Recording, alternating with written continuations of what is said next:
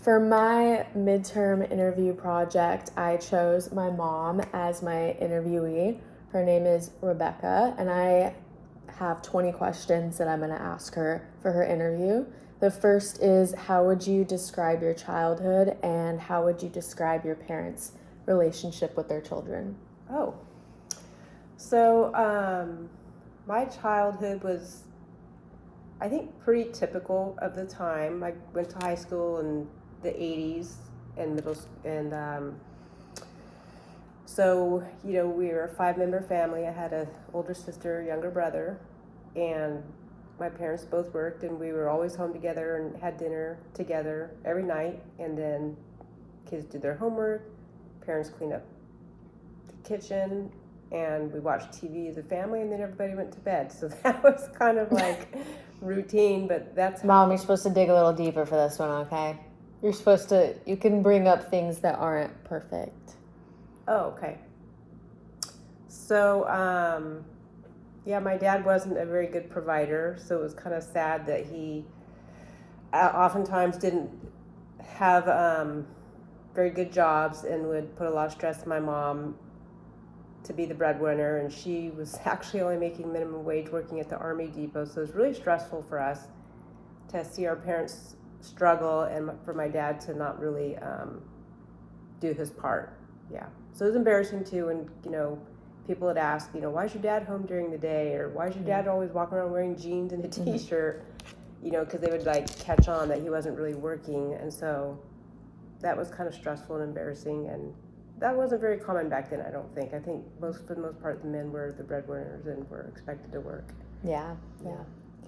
Okay, how do you think your childhood differs from mine? Any similarities? Oh, they're very different. For one, you were raised with parents who didn't live together, and you don't have any siblings, and so that was very different from the start. Also, as an older parent, I was 36 or 37 when you were born, and your father's 48, so super old. Yeah, you're blessed with older parents, and so those are the family dynamics. Those are the biggest differences. However, you got to grow up with cousins and aunts and uncles and grandparents, and I really didn't have any of that growing up. We had one grandma, and that's it. We didn't have any other relatives that we grew up with. So I was happy that you had cousins and aunts and uncles and grandparents to grow up with. Okay. If you could use 3 words to describe your experience in early parenthood, what would they be? Oh, early parenthood, because I was a single mom, wasn't with your father. It was really hard, and I didn't have a lot of support. I didn't have a lot of family support or friend support. So, and you were born early. You were 6 weeks early, so you were only 4 pounds 4 ounces. So that was kind of scary and intimidating. And I had a C-section, so I was kind of limited in my movements and stuff. And we went through a lot together those first few months when you were so tiny and colicky and wanted to be held all the time. You didn't want to be laid down by yourself, so I was always holding you and caring for you. And it was stressful trying to get some weight on you because you were so small that they said you needed to gain weight, and so yeah, definitely an intimidating situation. Yeah, it was stressful, and it was scary. Yes, not ideal. Okay.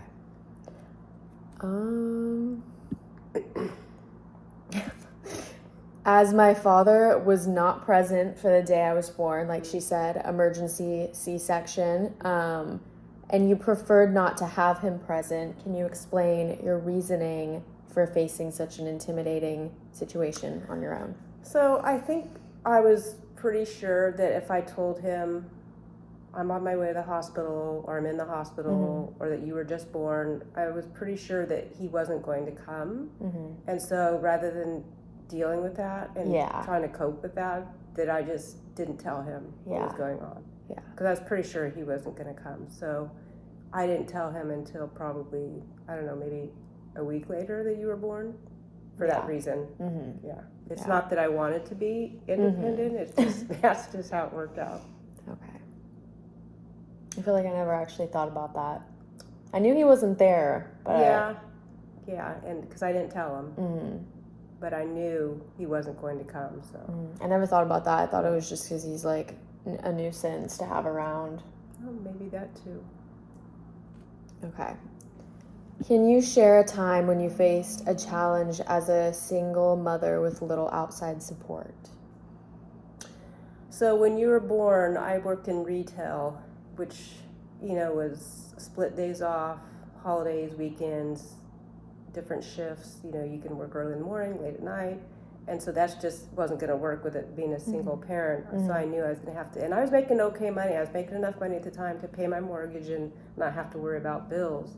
So I knew I had to leave retail and get a job, something with stability. And so I got a job with the state, and I was making probably about half as much as I was making before with the state, because I had to start at an entry level. So that was challenging. Yeah.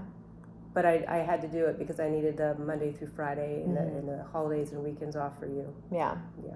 So I could find you proper child care and stuff. Okay. So big sacrifices. Sounds like it. Yeah. I just told myself that you were too young to really care or know any different. So it's better to make those changes now while you're still small. So Yeah. I think that's the responsible choice. I actually never knew that either. And you kind of already answered my next question, which was, can you reflect on how this challenge affected you when you shared your decision to like make the hard choices sooner rather than later? Yeah, I knew that at this time I was sacrificing, not having as much money as I was used to, but I knew that all you needed was for me to be there and to take care of you. And that's what mattered, not, how much money I had. And I will add that between jobs, I took like almost a year off. I think you were almost a week shy of your first birthday when I started with the state. So I did take like 10 or 11 months off with you before I went back to work. So we had that time together too. I did know that one. Yeah. My next question was, what are your feelings toward this situation now? Do you feel like you have more like insight into what you experienced? Yeah, I mean, I wish I didn't have to do everything by myself. And it was really hard, it was really challenging, but looking back, it's also really rewarding knowing that I was able to do that when I needed to. So it's not a route I would recommend for anyone, but if anyone finds themselves in that situation, it's good to know that they can do it.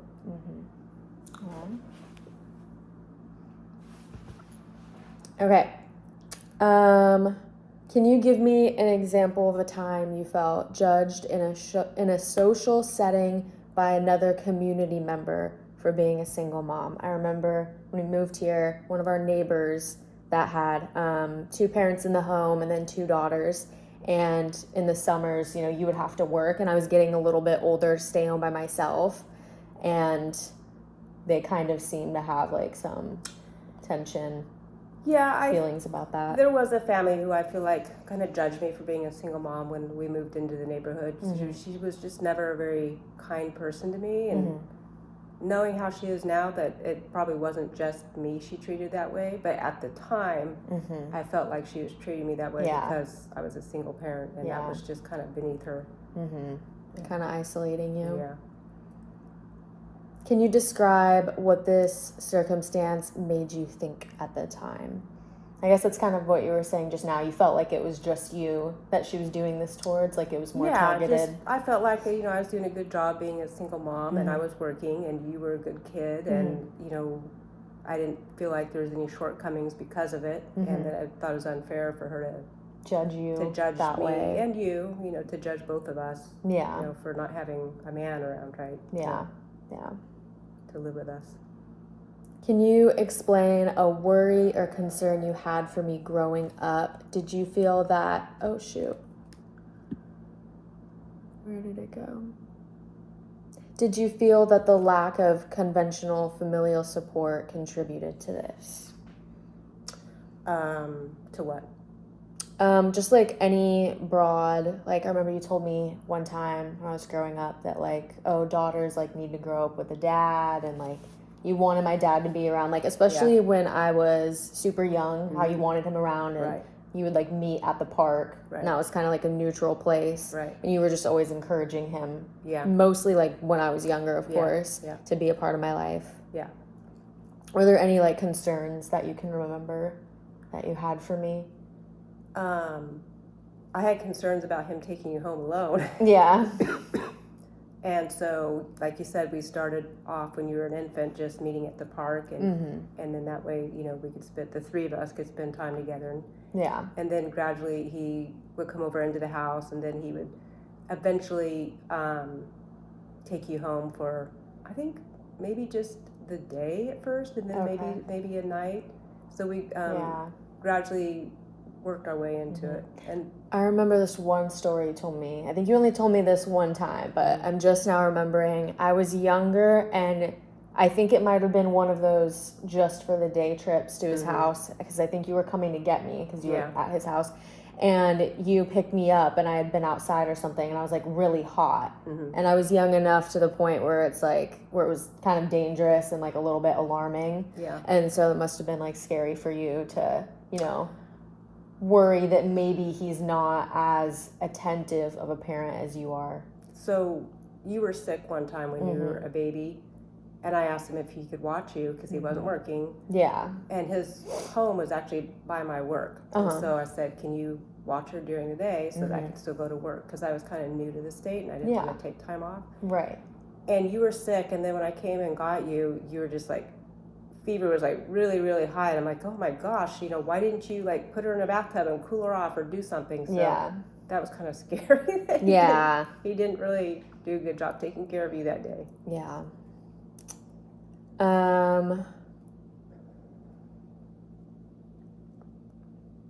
Oh no, now I feel mean. I don't want to ask you these questions. Go ahead. Can you share your experience of, I guess you have been actually already sharing these, but my question was, can you share your experience of reaching out for support from the other parent, my dad, and being denied that help?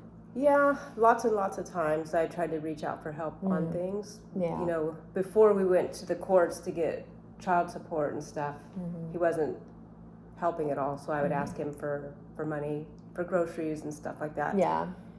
And he just didn't really want to do any of that. And then, or he'd get his girlfriend involved, and like he'd say yes on something, and then he'd come back and say, well, you know, so-and-so said no, and so then he would change his mind. And so that was frustrating. Like when our home was broken into and your laptop was stolen, I was, you know, we were like pretty traumatized by that. Because they came through your bedroom window and rifled through your stuff and took your laptop and other things. And when I was telling him, I thought he would be sympathetic and understanding, because I was asking him if he could help buy you a new laptop. And he just blamed me. He says, no, that's what insurance is for, and you should have this and you should have that. And so he wouldn't help pay. And I just thought, wow, that's really cold. Yes. It's one thing to say, I don't have any money, can I give you $20 a month? But then to give me nothing and then just insinuate that it's your fault. And then blame us. You know, the victim's here, and he's like blaming us. Yeah. For not having better home insurance or something. Anyway. He doesn't have any kind of insurance. No, and we have home insurance. It's just the deductibles more than the laptops and stuff that was stolen was worth. So basically that means we have to buy our stuff all over again. So rather than just, like I said, rather than saying, oh, I can give you $20 a month and that's it, he just blamed us and gave us nothing. So nice guy. Yeah. Can you share a memorable moment of when you first recognized that you could do it on your own and no longer desired parental support from my dad? So probably for the first 3 years, maybe more, I really pined for him and just kept asking him, you know, we can do this together, you can move in, you can work or not work. I just kept trying to present different scenarios to him to see what it would take to get him to live together and have him help raise you, so that I could just work and not have to worry about where I was going to be. Yeah, you know, childcare and the mortgage and everything.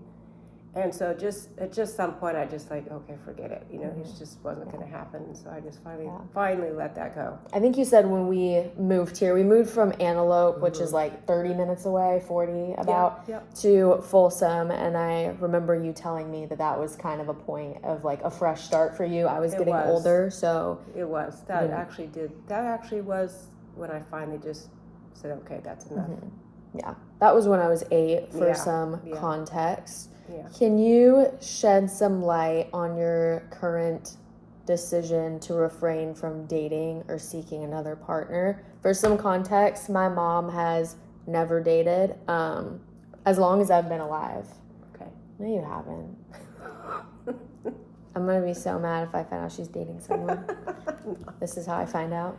It wasn't planned that way. I just, through all the 18 years of the drama and stress with your dad through child support and child custody especially, I just didn't have any room or energy for anything else. I just wanted to be 100% present for you when you were home, and that's just the choice I made. Okay, she doesn't want to share, so I'm going to share for her. I remember one time you told me something along the lines of you feel like you do better as a person by being independent rather than being in a relationship. Yeah.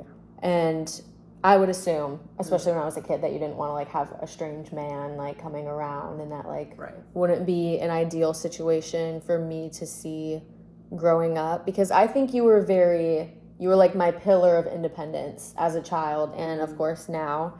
Like I remember people would ask me sometimes like, oh, does your mom have a boyfriend? Because most of the kids at my school, like if they had divorced parents, their parents would continue dating.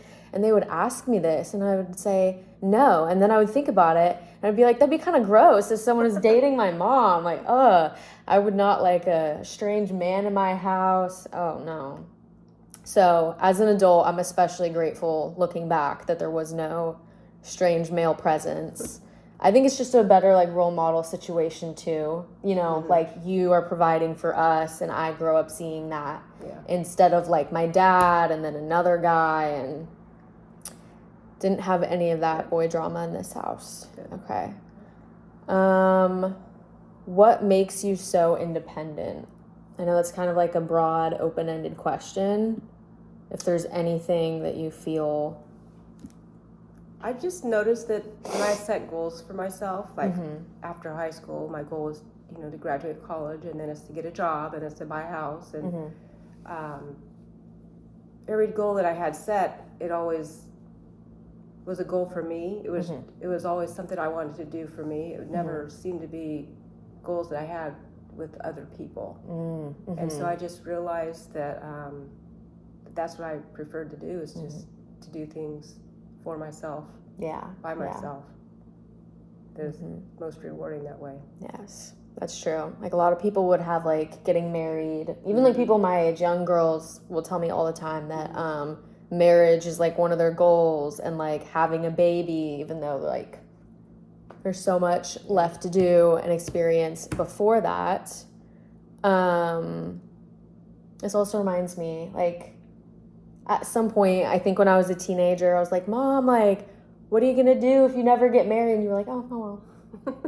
So that's uncommon, There's not a whole lot of women who can say that. Let's see. What are your thoughts on the value of this quality, independence, especially for modern women? Yeah, I think all women, and probably men too, should take some time somewhere in their lives to be independent and to achieve their goals on their own for themselves before settling down and committing to long-term relationships and marriages and family. Yeah, everybody should experience some sort of independence.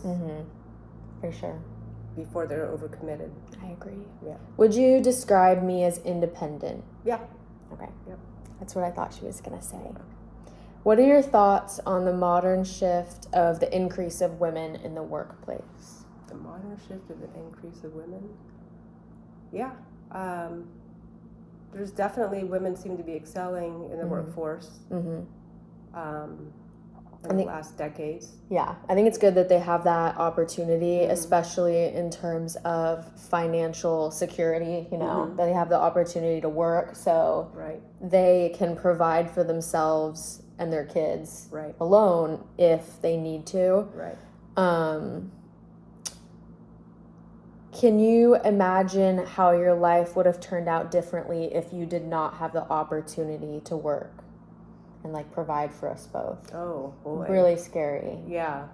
Well, completely different life. It would have been really bad because in this case your dad wasn't committed to us. Yeah. And so you'd be chained to him.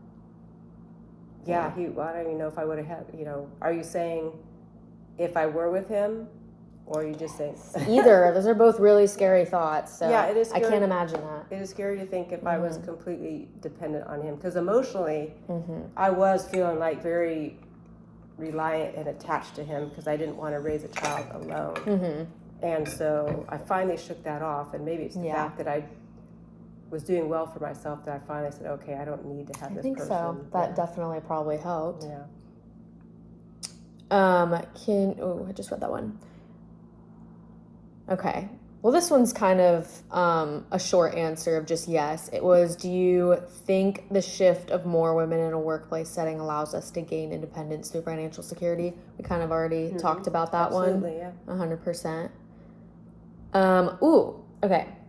This one is my last question. Can you share your opinion on the common stereotype of men as providers, protectors, and leaders of the home? I'm actually going to share my opinion first. When I wrote this one, I thought this was a really good question because I feel like a lot of men are self-proclaimed providers and leaders of their home. My dad being an example. I feel like there's a lot of men that just inherently think that they have this ability just because they are men, even though they aren't necessarily providing for their family. Like my dad would kind of see himself in this light, even though, you guys weren't together and you were obviously the only breadwinner, and he never had a very high paying job. He never had reliable insurance. So yeah. Okay, your turn. No, I think it's important that men provide for their families, but I'm not saying they have to earn more or that only men can work, but I think that they should be providing, whether they're earning the same amount or as the wife or not. I think it's important that men provide. Yes. I think that's an important role for them. Because I remember, again, me sharing, you're interviewing me now. I remember when I was a kid, there was some point where I wanted my dad to live with us, because as a kid, you can't understand, your parents' conflict. You're just like, why can't everybody just come together and hold hands? So I remember I was wanting my dad to move in with us. That would have never happened. But it would have looked like him being a second child for you. Like he would just be home all day and my mom would still go to work and come home and be making dinner. So yeah. And I think, your family dynamic growing up, you also weren't seeing your dad as much of a provider, like you were saying. He was in the not. beginning. No, he was not. Yeah. And even my friends' families in high school, Kaya, Sophia, their moms were the one with a stable job, and the dads were actually the ones asking the wives for alimony when they got divorced. So there's definitely been a shift.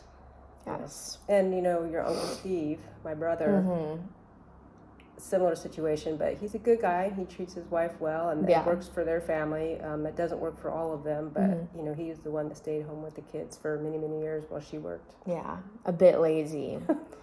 Okay, that's the end of our interview. Do you have any final comments for my teacher? Okay. Thank you. I don't think I do either. Okay, that's it.